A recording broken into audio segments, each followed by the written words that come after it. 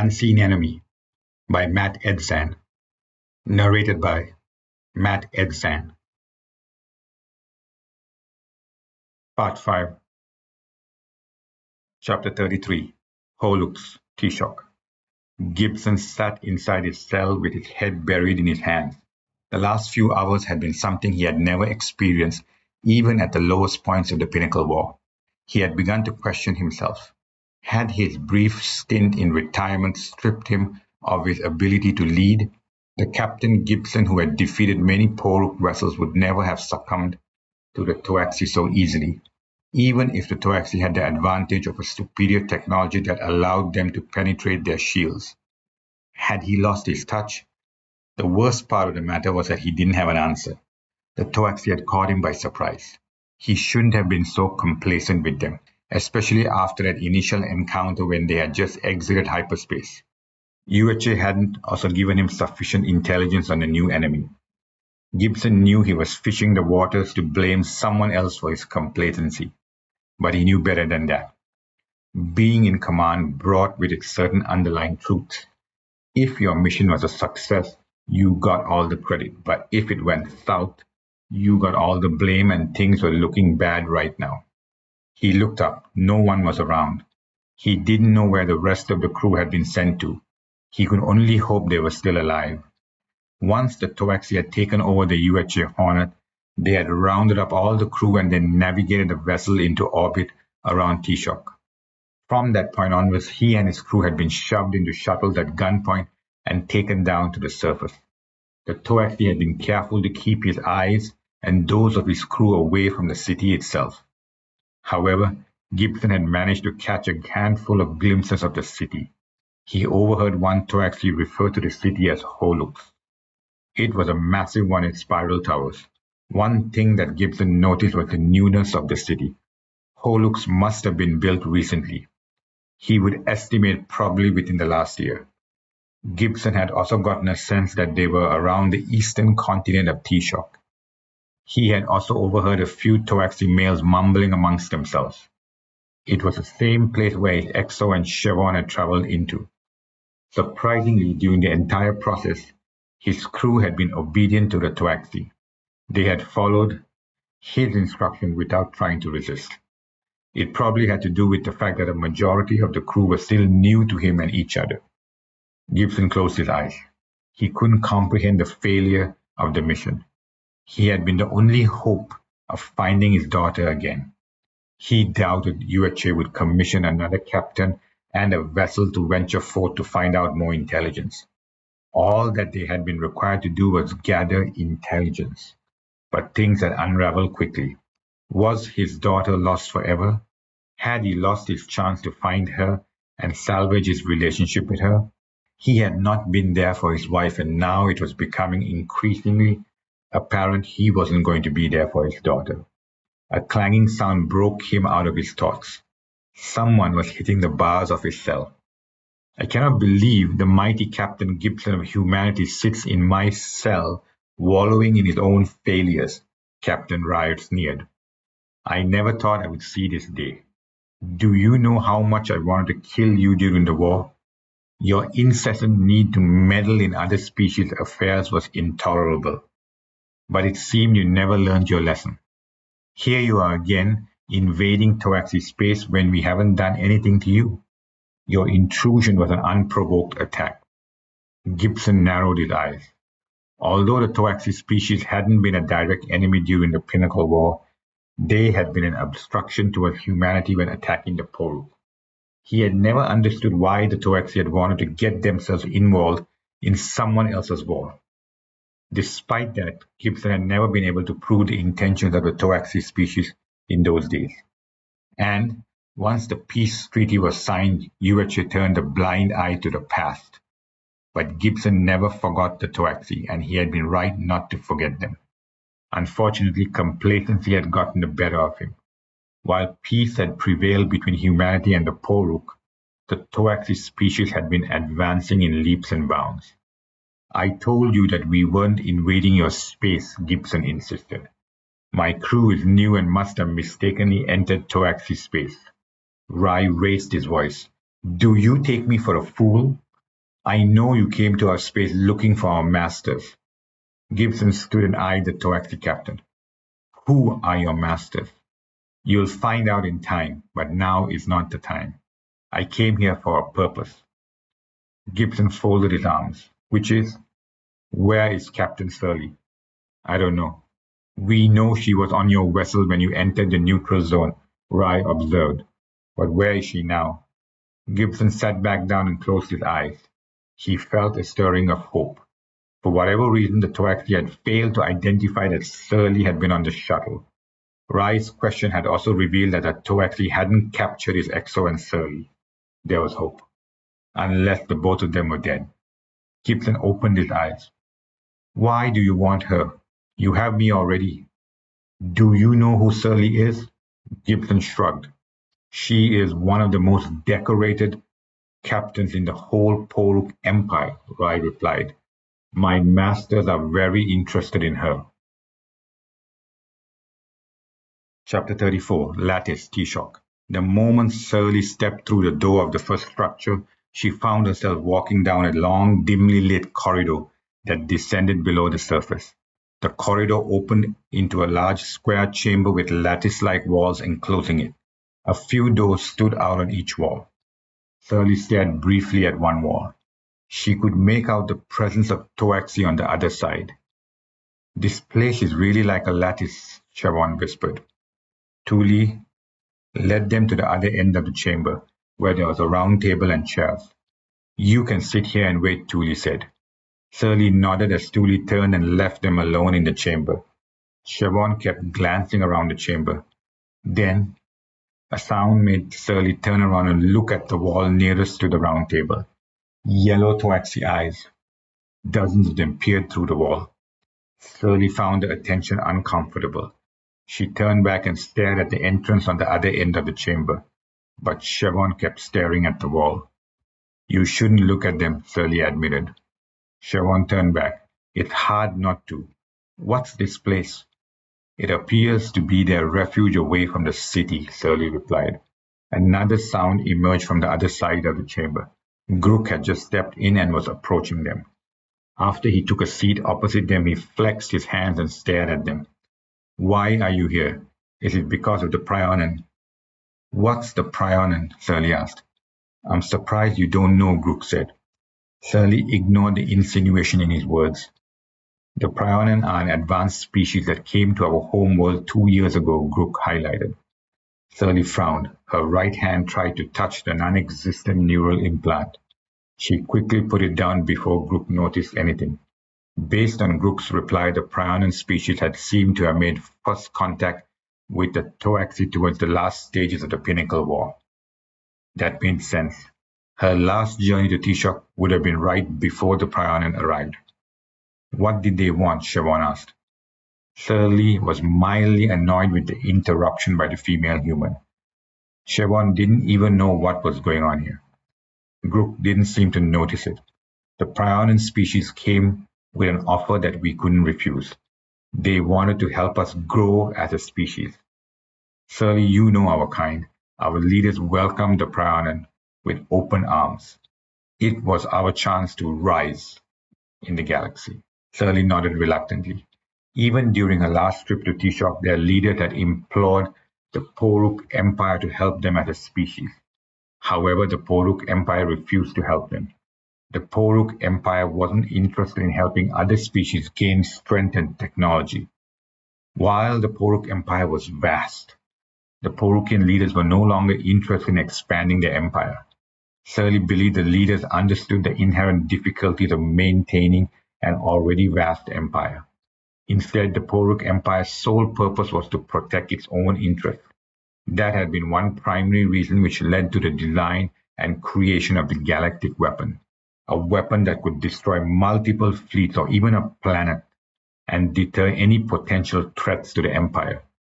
We asked for your help, but you refused, Grook remarked. Surly didn't need to be reminded of it. Then what are you doing out here? As you might expect, the offer we couldn't refuse came with many conditions, Grook lamented, one of which was that we would serve the Prionen. Serve? Siobhan asked. The Prionen species became our masters and we became their slaves to do their every bidding, group said. Chapter 35, Holuk's Taoiseach.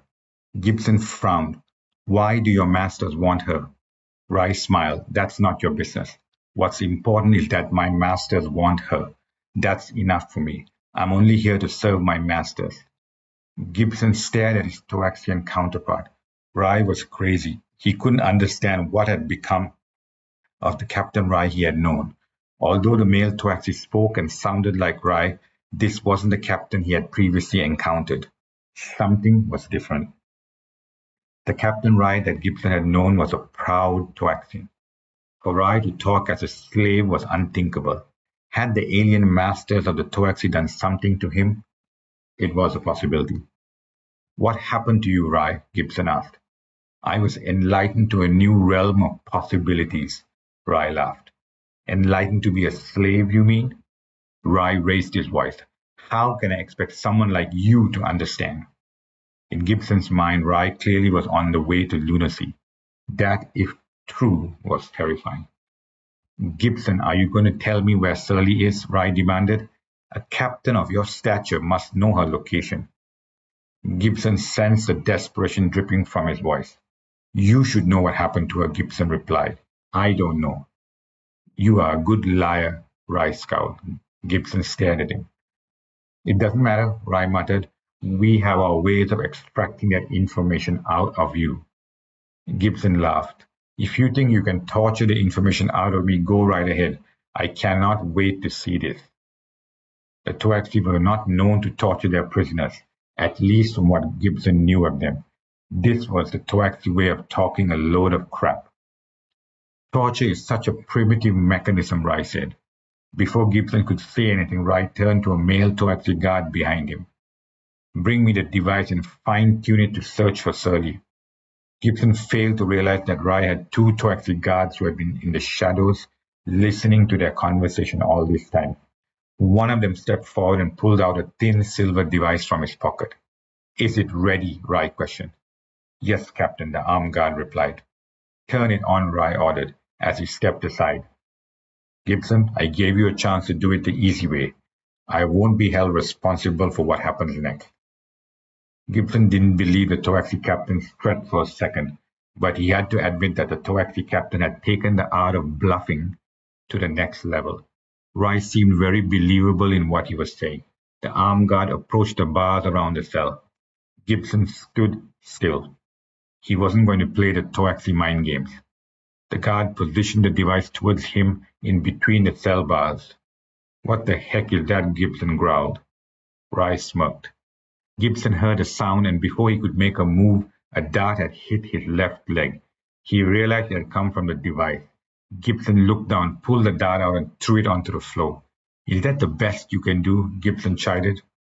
You're too arrogant for your own good, Rai remarked. What you still fail to understand is that the Toaxi have evolved beyond your species. Gibson felt a pain in his head. What did you do to me? To you that appears like an insignificant dart, but it is a carrier of a concoction, Rai highlighted. Concoction?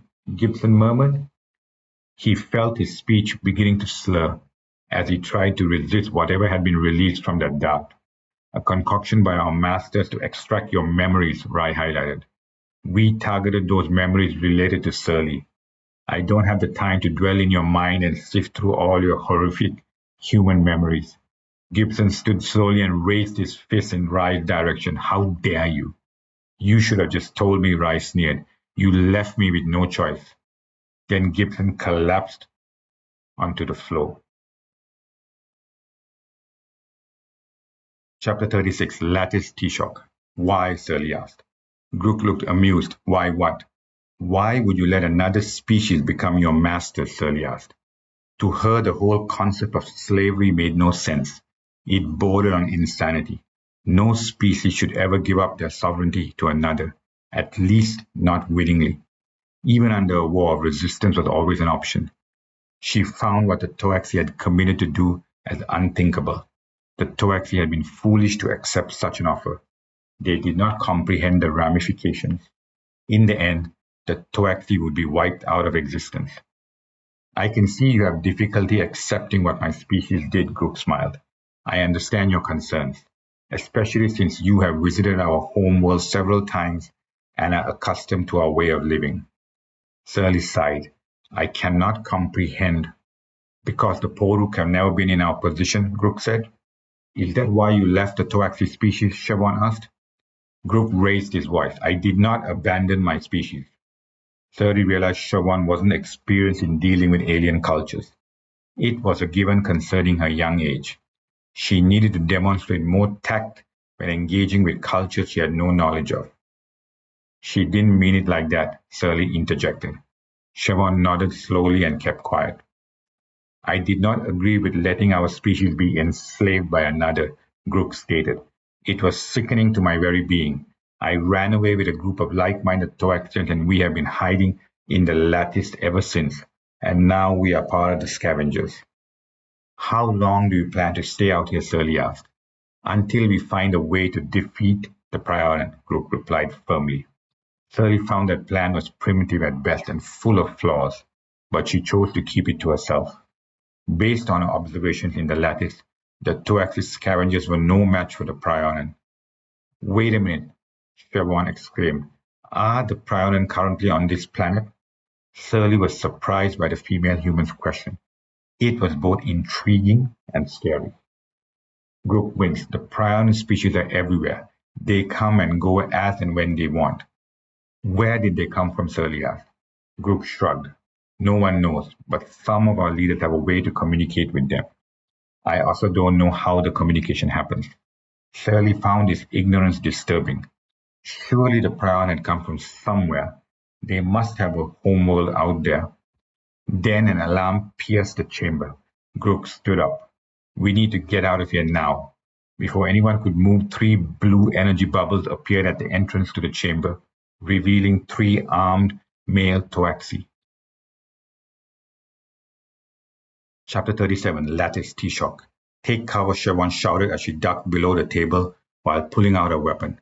She found Surly beside her while Grook was on the other side. Streaks of weapons fire screamed over their heads. How did they get here, Siobhan asked as she gripped her weapon and returned fire. I don't know, Grook shouted as he pressed on a device. I'm calling for reinforcements. Siobhan exchanged glances with Surly. It didn't take much to connect the dots. The armed Toaxi had come here for them. That had to be the reason. There was no other reason that Siobhan could think of. Keep firing, Surly hollered. The ferocity of their weapons fire had forced the 3 armed Toaxi to fall back to the entrance. But it appeared like that was as far as they were going to go. The armed Toaxi got into a defensive position on that end of the chamber as they kept firing their weapons relentlessly. Siobhan felt the heat of one of the blasts as it roared past her ears and hit the wall behind her. She glanced around, only to realize that they were pinned down by the weapons fire. Where are those reinforcements? Surly asked. Any moment now, Grook replied. Then there was a sound.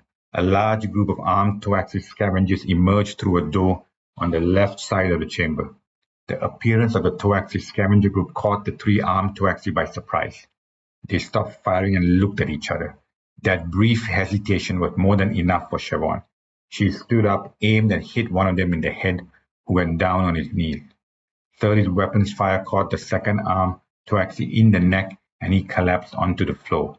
The third armed Toaxi directed his fire at the armed Toaxi scavenger group, but he was too late.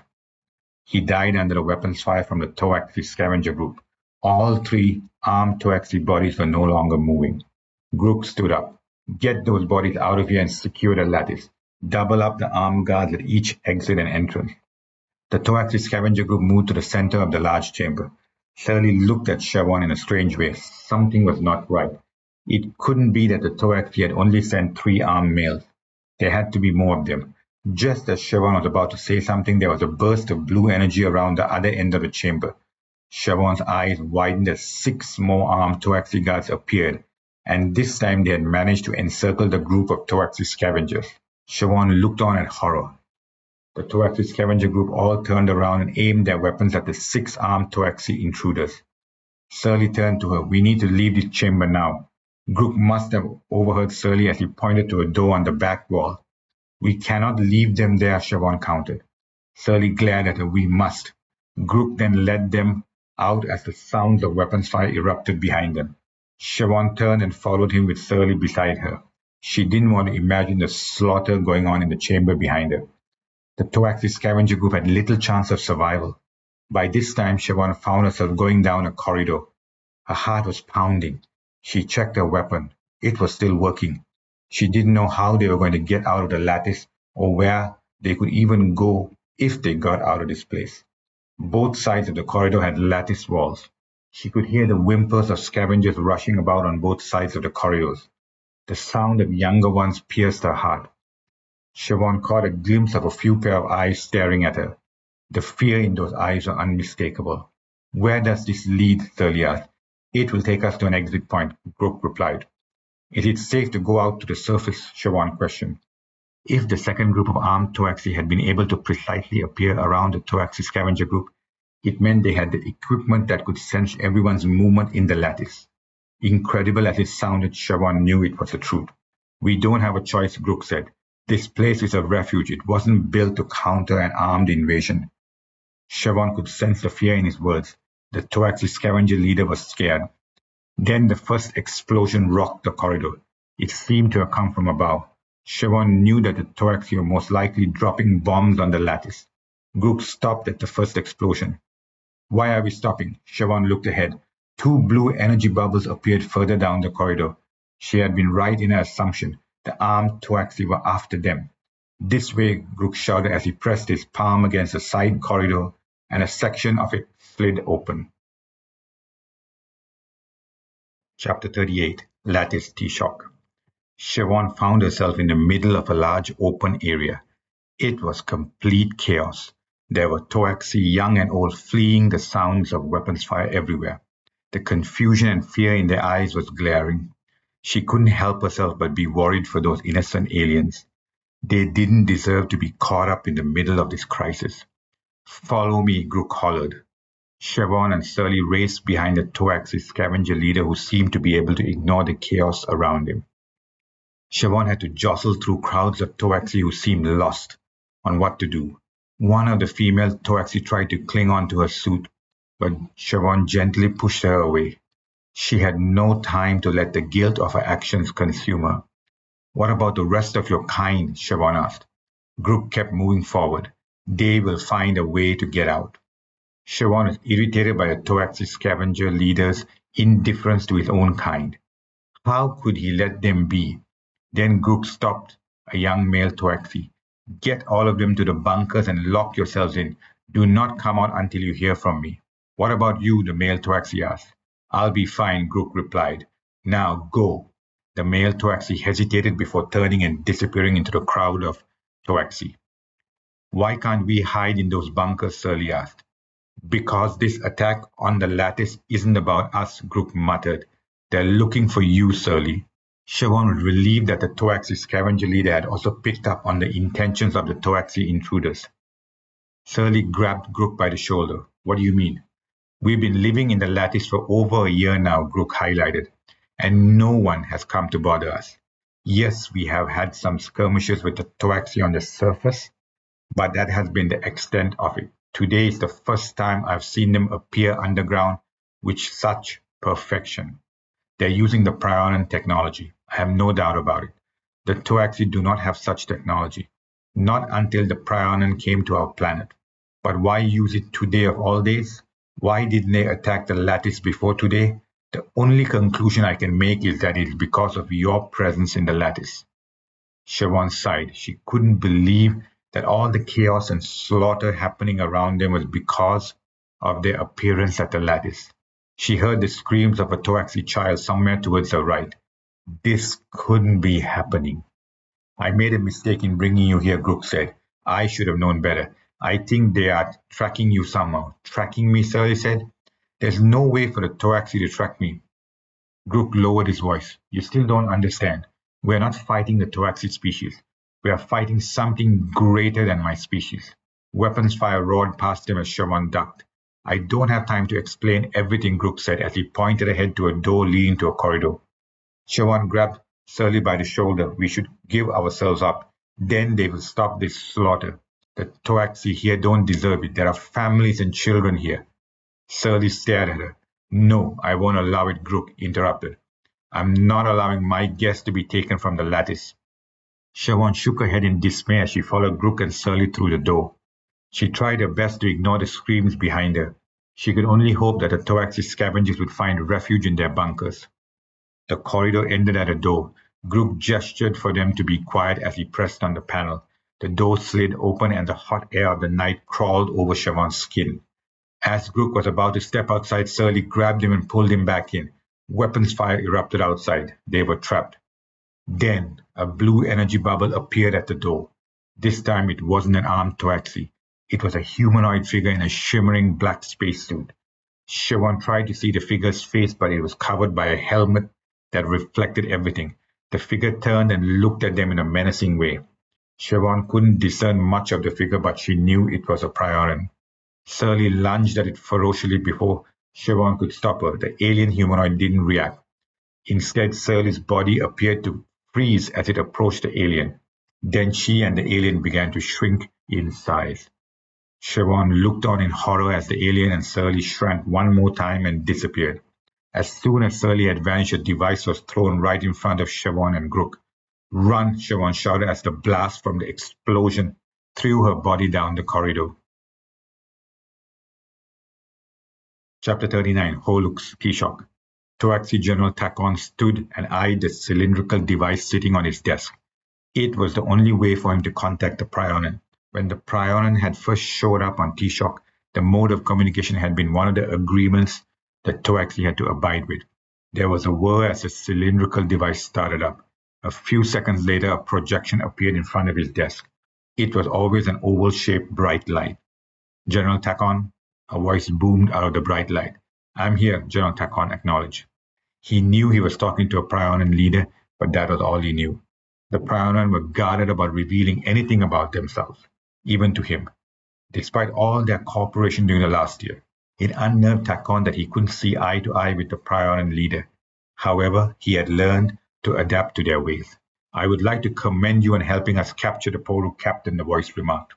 Takon nodded. It wasn't easy, but we managed to corner them amongst the scavengers. It was the first time he had received a compliment from the Prionen. Nonetheless, we have taken custody of her, the voice said. Now we will study the Poruk captain and get what we need from her. It is inside of her, but we need to look for it. Takon still didn't know why the Prionen had been so interested in capturing the human vessel and the Poruk captain. In fact, during the last several days, the Prionen had issued a flurry of commands to his Toaxi forces to concentrate all their efforts on the human vessel. Takon knew there was a reason for it, but he wasn't privy to it, and he doubted the Prionen would ever truly admit their reasons.